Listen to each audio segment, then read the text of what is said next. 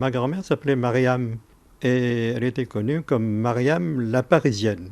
Alors je vais vous raconter pourquoi la Parisienne. Bon, moi je ne l'ai pas vraiment connue parce qu'elle est décédée, j'avais à peine 1 an. Ma mère me disait que je suis né dans la robe de ma grand-mère. Parce qu'en attendant l'arrivée de la matrone, c'est elle qui s'est occupée d'elle. Et je suis né dans sa robe. Et c'est vrai qu'elle m'a beaucoup bercé. Alors, je ne l'ai pas connue, mais on m'a raconté beaucoup de choses sur elle, sur sa vie.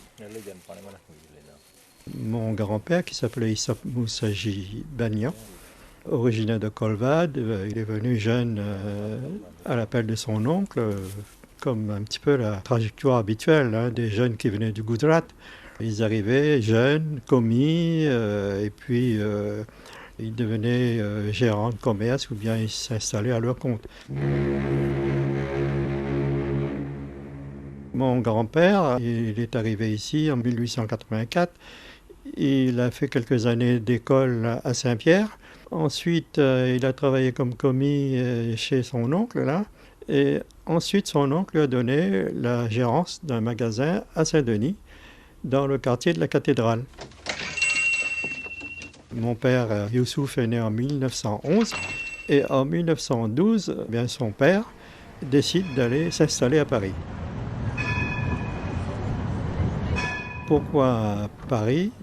Je suppose que c'est peut-être par ses relations, mais aussi par une petite mésentente avec son oncle. Il a décidé de prendre le large et puis d'aller s'installer à son compte à Paris.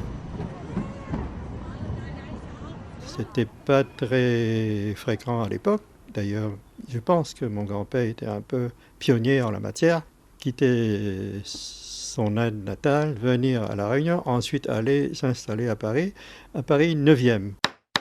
Dans ses relations, il y avait des gens qui appartenaient à la loge de l'amitié à Saint-Denis et qui lui a certainement conseillé d'aller à Paris, dans le 9e, pas loin de la rue Cadet, là où il y a le siège de la Grande Loge de France. Voilà. Et puis Paris 9e, c'était aussi le quartier des bijoutiers. Mon grand-père s'est donc installé dans un commerce de pierreries, de bijoux. Il faisait un commerce triangulaire entre donc Paris, l'océan Indien et l'Inde. Donc il a passé quelques années à Paris. Ma grand-mère s'est adaptée à toutes ces situations. Elle racontait à ma maman ses souvenirs de Paris. Ce Paris du début du siècle. Elle a vécu là-bas la Première Guerre mondiale, puisqu'arrivée en 1912, 1914, 18, il y a la Première Guerre mondiale. Elle a subi l'exode, elle est allée au Havre. La famille est allée au Havre. Enfin, les quelques souvenirs de Paris, c'est des souvenirs vraiment heureux. Par exemple, la famille allait à l'opéra. Et elles étaient, comment dire, des fans de Sarah Bernhardt, il paraît. Mon cheval sera la joie, son cheval sera l'amour. Si bien qu'une des sœurs de mon papa, née à Paris, on l'a appelée Sarah. Et il y a une autre sœur qui est née à Paris aussi, Amina. Une troisième sœur qu'on a appelée Rabia Rachel. Voilà pourquoi on l'a appelée Mariam la Parisienne. Mon père aussi, on le disait Issop Paris, Issop le Parisien. Et quand moi je vais en Inde, j'arrive à Colvade, on dit voilà le petit-fils du Parisien.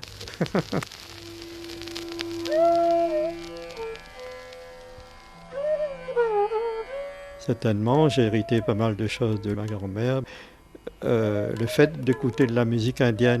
On dit que ma grand-mère était venue ici avec un paquet de disques de 78 tours et qu'elle écoutait sur le patéphone de l'époque. C'était des qassidas, des nazams, des chants de l'Inde.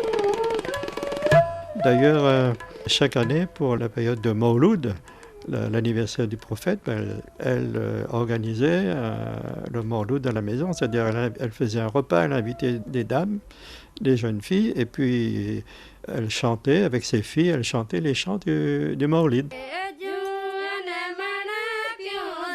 Donc moi j'étais un peu certainement bercé par tout ça, si bien que j'aime bien cet aspect hélas, un peu abandonné au fil des temps, la célébration du Mawlud. Ainsi était son destin, ainsi était écrit son takdir.